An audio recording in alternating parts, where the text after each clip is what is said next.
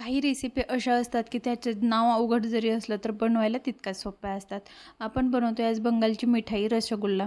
रसगुल्ला ही recipe खूप सोपी आहे आणि तेवढीच चविष्टसुद्धा आहे.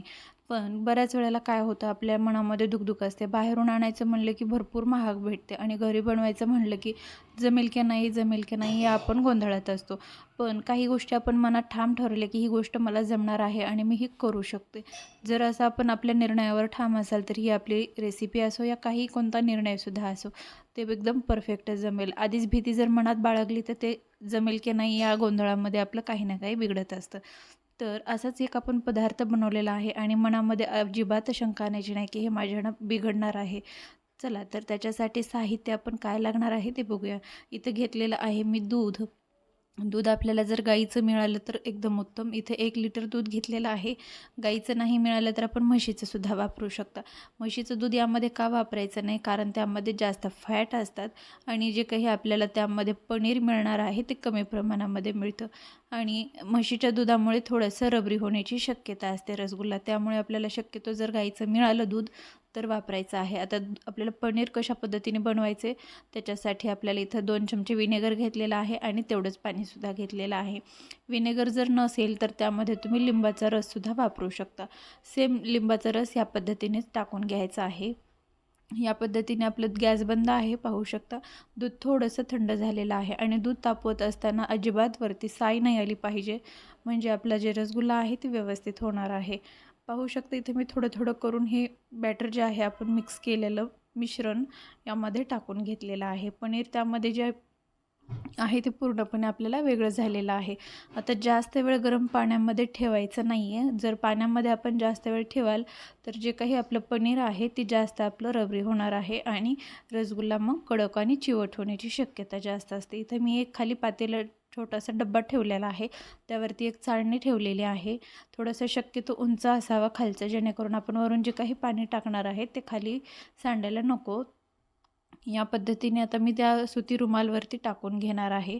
यामुळे आपल्याला काय होतं, जे काही पनीर आहे ते खाली सांडलं जात नाही आणि व्यवस्थित असं मिळून जातं. त्यानंतर आपल्याला खालचं जे पाणी आहे ते टाकून द्यायचं. हे पाणी आपण टाकून द्यायचं आहे कारण त्यामध्ये आंबटपणा असतो, त्याच्यासाठी आपण ते पाणी शक्यतो कशामध्येच वापरत नाही. त्यामध्ये आपण पाणी टाकून परत घ्यायचे. थंड पाणी टाकल्यामुळे काय होतं, जे काही आपण पनीर आहे त्यातला जो आंबटपणा आहे, व्हिनेगर टाकल्यामुळे त्याच्यातला आंबटपणा जो आहे ते निघून जातो. व्यवस्थित असं पाणी टाकून स्वच्छ करून धुवून घ्यायचं आहे. दिसायला जरी ही रेसिपी खूप अवघड वाटत असली तरी याचा टायमिंग जर आपण लक्षात घेतला तर ही जी रेसिपी आहे ती एकदम उत्तम आणि खूप चविष्ट होते. एकदम सोप्या पद्धतीने खूप सांगण्याचा याच्यामध्ये मी प्रयत्न केलेला आहे. जर तुम्हाला ही बाहेरून आणून परवडत नसेल, घरी बनवता आली तर खूपच चांगलं. बाहेरचं कारण एकतर पैसे खूप जातात आणि विशेष असं म्हणावं तसं खाण्यासाठी सगळ्यांना मिळत नाही. इथे जर तुम्ही 2 लिटर दूध घेतलं तर भरपूर प्रमाणामध्ये 30च्या जवळपास रसगुल्ले होतात. 22-25 तर सहज होतात. साईज छोटी केली तर 30 आरामात होतात. चला तर इथं पाहूया आपण आता नंतरची प्रोसेस काय करायची आहे. इथे मी 1 वाटी साखर घेतलेली आहे. जेवढंही आपलं जे पनीर मिळालेलं आहे त्याच प्रमाणामध्ये साखरेचा सुद्धा आपल्याला वापर करायचा आहे. इथं मी 1 वाटी साखर घेतलेली आहे. त्याच वाटीने मला इथे 4 वाट्या पाणी टाकून घ्यायचं आहे. 2 वाट्या मी टाकलेलं आहे, ही तिसरी वाटी टाकणार आहे. आणखी 1 वाटी मला यामध्ये पाणी टाकायचं आहे. पाण्याचं प्रमाण यामध्ये जास्त ठेवायचं आहे, कारण आपल्याला यामध्ये रसगुल्ले बराच वेळ वाफवण्यासाठी ठेवायचे असतात. कारण जे काही रसगुल्ले आहेत ते पाणी चाचणी कमी असल्यामुळे किंवा पाणी कमी असल्यामुळे चिटकू नये किंवा खराब होऊ नये, तुटू नये, त्यासाठी याच्यामध्ये पाण्याचा वापर जास्त करतात. जेवढंही आपली साखर आहे त्याच्या 3 पट ते 4 पट पाणी आपण टाकलं जातं. आपले हे पनीर जे काही छेना आपला आहे व्यवस्थित असं पाणी त्यातलं पूर्णपणे निघून गेलेला आहे. याच्यात पाण्याचा अंश थोडाही शिल्लक नाही आहे. पाण्याचा अंश जर शिल्लक असेल तर आपल्याला जे काही पीठ आहे रसगुल्ल्याचं, आपल्याला बॅटर तयार करण्यासाठी थोडासा वेळ जास्त लागतो. त्याच्यामुळे जे पाण्याचा अंश आहे पूर्णपणे निघून गेल्यावरच आपल्याला हे पीठ मळायला घ्यायचं आहे. आता हे पीठ आपण भाकरी करतो त्या पद्धतीने मळून घ्यायचं आहे. यातलं जे काही छेना आहे, पनीर आहे ते पूर्ण एकजीव व्हायला हवं. बराच वेळ लागत नाही याला, 5 ते 7 मिनिट आरामात लागतात. तरच हे जे काही पीठ आहे रसगुल्ल्याचं पनीर आहे ते एकजीव होतं आणि व्यवस्थित असं मिश्रण आपलं तयार होतं. त्यामध्ये आता आपल्याला इथं कॉर्नफ्लॉवर टाकायचं आहे. पाहू शकते 1 चमचाचा वापर केलेला आहे मी. जास्त टाकायचं नाही, त्याने आपले जे काही रबरी होण्याची शक्यता जास्त असते. रसगुल्ले जे आहेत ते चिवट होतात आणि मग पिठाळ लागण्यासाठी लागले जातात पिठाळ. त्याच्यासाठी इथे मी 1च चमचा कॉर्नफ्लॉवरचा वापर केला आहे. जर आपल्याकडे कॉर्नफ्लॉवर नसेलच तर काय करायचं, तर त्यामध्ये तुम्ही त्याच प्रमाणामध्ये मैद्याचा वापर करू शकता. असेल तर तुम्ही कॉर्नफ्लॉवर टाकायचं आहे. या पद्धतीनं आपला हा जो गोळा आहे तयार होतोय. असा झाला की समजायचं आपलं जे काही मिश्रण आहे तयार झालेलं आहे रसगुल्ल्यासाठीचं. पाहू शकता हातावरती एक जामून तयार करतो त्या पद्धतीनेच गोळा तयार करून बघायचा आहे. अगदी त्याला अशा पद्धतीने प्रेस करून घ्यायचे व्यवस्थित. छान आपला रसगुल्ल्याचं जे पीठ आहे तयार झालेलं आहे. या पद्धतीनं हातावरती असा गोळा करून बघायचा आहे. व्यवस्थित झाला, त्याला रेषा वगैरे नाही पडल्या किंवा उरला नाही गेला की म्हणायचं आपलं जे पीठ आहे एकदम परफेक्ट झालेलं आहे.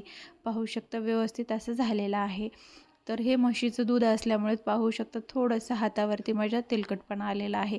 गाईचं जर दूध तुम्ही वापरलं तर त्या पद्धतीने त्याच्यातले जे फॅट आहे ते रिलीज होत नाहीत. त्याच्यासाठी गाईचं दूध शक्यतो जास्त प्रमाणामध्ये. आता महत्त्वाचं म्हणजे आपली चाचणी जी आहे ती व्यवस्थित आपल्याला शिजवून घ्यायचं नाही आहे. जास्त काहीच करायचं नाही. साखर विरघळली की त्याला चांगली अशी उकळी असतानाच जी काही आपली चाचणी आहे उकळती असायला हवी, तरच आपले रसगुल्ले जे आहेत ते परफेक्ट होणार आहेत. आणि चाचणीमध्ये एक एक करून सोडायचे आहेत, एकदम सोडायचे नाहीत. थोड्या थोड्या अंतरावर सोडून घ्यायचे, जेणेकरून ते जी चाचणी आहे त्याचं प्रमाण थंड होऊन रसगुल्ले जे आहेत ते आपले चपटे वगैरे होणार नाही, त्याची काळजी घ्यायची आहे. 15 मिनिटे आपल्याला फुल गॅसवरती ठेवायचे आहेत आणि 5 मिनिटे मिडियम गॅसवरती ठेवून घ्यायचे आहेत. आकाराने पाहू शकता थोडेसे फुललेले आहेत, डबल झालेले आहेत.